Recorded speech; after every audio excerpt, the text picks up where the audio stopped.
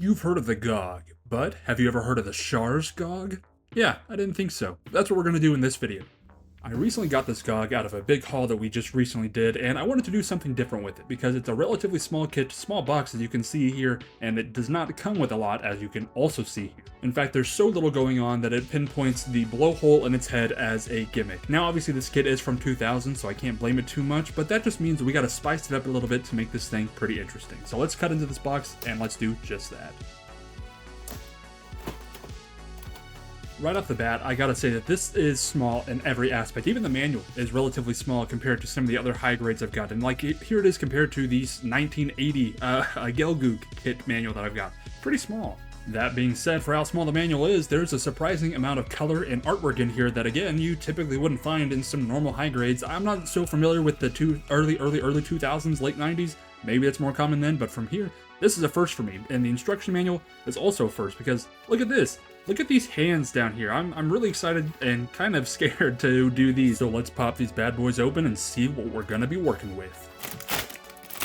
Only 2 bags, so a little bit of a disappointment for the opening aspect of this, but one thing that's not disappointing so far is the amount of color variation on the runners. We've got 2 multicolored runners, though technically it is only one because it's just A1 and A2, but because there's so little plastic in here, we'll take whatever we can get. Because next up is a all yellowish, not really yellow, kind of a beige color that's going to be for the hands and for some of the other aspects of the GOGG here. Surprisingly, it looks like this kit is going to be pretty color accurate out of the box. I can already tell up in the legs here that there's going to be some spots that need to be grayed, but besides that, everything looks pretty color accurate. But these polycaps do not look pretty good. That is a lot for a very small kit. But for a small kit, again, it has a very small amount of foil stickers on here, just one for the eye, and I think the black is for the back of the head. Either way, pretty good. When it came to the build of this GOGG, obviously for early 2000 high grade, it's going to be pretty simple. Starting with the leg, we got a polycap, another polycap, followed by the little sandwiching of the bottom part of the leg. Then we got another polycap for the top, and not one more polycap, sure. Let's just get another polycap in there. And then we'll sandwich the 2 pieces together. That's most of this build, honestly. A little non-polycap ball joint down at the bottom of the foot, followed by the connection of the foot into that first polycap. I'm going to say polycap a lot in this. The knee armor does not have a polycap, it just goes in like so. Add in the connector / knee piece to the top of the foot, then we're going to take the top of the foot and insert that in like so. And for some reason my knee armor fell off, so we're just going to give that a reinsert. And with that, you've got yourself one whole GOGG's foot, and with one snap, you'll have yourself another. The torso builds up in a similar yet unproblematic way where we just get a lot of polycaps everywhere, and then we're going to sandwich pieces together. This torso piece is really cool. I do like the design of it a lot, and it's just going to snap in like so. And again, I like the look of it. I like the little red peeking out through. Then we're going to attach the arm joints through these polycaps. They kind of look like some Frankenstein head things. I don't know. But we're going to attach those up top like so. Then this is the only part where I had any sort of problems with this build at all. The back of the chest here, it's got to be very careful because it connects in the back of the torso pegs, like those ones you see there. But then it's got to connect in the arm joints as well, in between the little tufts, I guess you would call them. Other than that, everything goes smoothly. Top of the chest goes in like so. And now we're off to the fun part, that being the arms. And these look, again, a little scary. But that fear was a little unfounded because it's pretty simple. Each one of the arm sections just has a little ball joint that you clip in through the bottom of it. The claws were the only thing that gave me any sort of concern. They kept wanting to pop out, and so they were a bit of a pain. Back of the hand, just a polycap. And once you can get all the claws in, just sandwich the 2 pieces together. Not too bad, realistically. Then you're just going to go ball and socket for each part of the arm, and before long, you're going to have yourself an entire GOGG arm. We'll do it twice because it was so nice. That's most of the GOGG complete. Let's build the head and the torso. And it was by far the simplest part of the build so far. Literally just 1 piece on the back, 1 piece on the bottom, 1 piece on the front. That's your entire torso. Connects to the top of the chest with that one little polycap, and then both the legs connect on with your little ball and socket joints on each one of the sides. Not too bad. Now, let's get some head. Built. I want to preface, built. And I want to preface that I really don't like the fact that the only stickers on this entire kit are for the head. Arguably the most important part of the kit. This big black sticker is kind of a not good looking one. It's one of those ones that you have to do over multiple angles. Just never looks very good. The pink mono eye sticker, you know, pretty common for most of them. Not the best looking, but you know what, we'll deal with it. It's not too bad. Then afterwards, it's pretty much done. All we got left to put on is the shoulder units, which is just one piece on each little shoulder. Not too bad. And then afterwards, we got the backpack, which is really just 2 pieces, plus the thrusters on each one of them. So, with that done, we got this GOGG done. GOGG done. GOGG done. GOGG darn. He's done.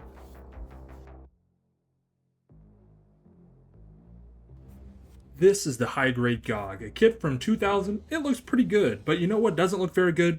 Everything it comes with. Yeah, that's right. It doesn't come with anything else other than the kit itself, which I guess maybe why it's so cheap, and maybe why it hasn't been reprinted, I don't know, but I was a little disappointed that it didn't at least have the spike ball that it has on the front of the box. Just a little disappointing. Instead, what you get is a kit with a very posable hand and a whole lot of attitude. Surprisingly, with the arms, you can get a full 360 spin, again, just because it's on that ball and socket joint. Another surprising thing you can do is this with the hands. It was on the box. I'm not sure why you would ever do this. I think this is supposed to be like it's underwater shriveled mode, but it reminds me of something else that can get a little shriveled. Let's just move on to the next part of this. The legs are very floppy, back and forth just a little bit, not even 90 degrees because of the skirting, or sorry, the diapering on this kit. Same with the legs on the bottom half. You can kind of get some movement side to side, but because everything is so big and so in the way, you're not going to get a whole lot. That's the most movement you're going to get out of the foot, and that's the most movement you're really going to get out of this entire kit. But here comes the fun part. Now that we know what the GOGG can do, all we got to do now is take them apart, and let's paint this bad boy up Char style, shall we?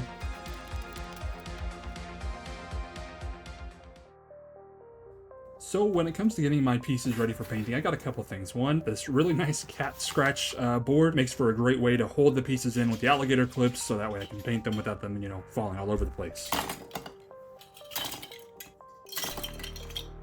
Speaking of which, alligator clips, super simple to make. You just need the actual clips, some masking tape, and then some bamboo skewers. Wrap those suckers together. I've used these for all my paint jobs, never had any problem with them. So let's get each one of these pieces onto one of these alligator clamps, doing a good job to try to not cover up any of the outside pieces that are going to be covered with the primer and the paint.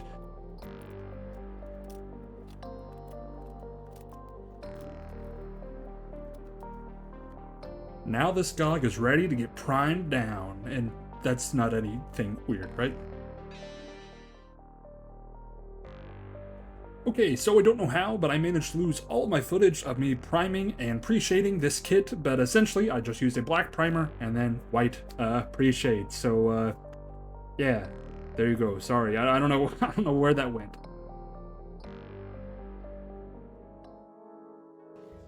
Since we're going with the Char Zaku, I wanted to go for that nice deep maroon red for some of the main body pieces of the GOGG. But before, of course, we gotta shake the paint and get it ready. We gotta really shake the paint. Okay, we gotta really shake the paint. Okay, you get the idea. Give all 3 of those colors a nice little mix together. Okay, we're not doing this again, you get the idea. What we're left with is a really nice maroony, really dark red that I think will go great on like the chest unit of the GOGG here. But of course, before we put it on our piece, we gotta test it out on our trusty spoon here. And I'd say that looks pretty darn good. Let's go ahead and put it on the real thing.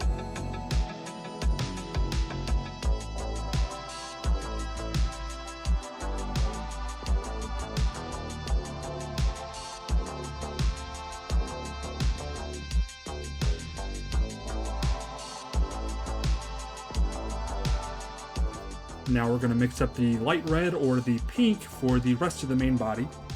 And I've learned a little bit since my Turn A video. I'm doing about 1:2 ratio for my paints with my waters, only mixing water-based paint with water instead of thinner, just to get a nice, more clean look.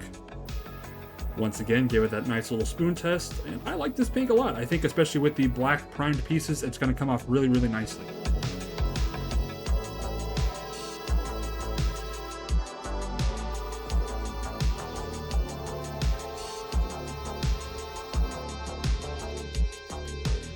I didn't get any footage of it, but for the bottoms of the feet and some of the more metallic-esque parts of the build, I did go in with a bit of a gunmetal gray and a gray, and once that dried, I'm going to mask that off because we want the top of this foot here obviously to be that main pink, but we want this bottom to remain that silver, so we'll give it a nice masking before we give it the paint. And the main reason I don't have any footage of that silver being done is because about halfway through this build, I caved. I finally bought a actual air compressor, and it's worlds different. Look at my strokes on the, we'll pause. Look at my painting here on this foot. It's just so much more smooth, so much more clean, and I'm not having that big, bulky, like, rechargeable compressor everywhere. This was a game changer, and honestly, I think this is going to improve my airbrushing going forward. I highly recommend. If you don't have a compressor, I know it's expensive and might not seem worth it. It is so much more worth it.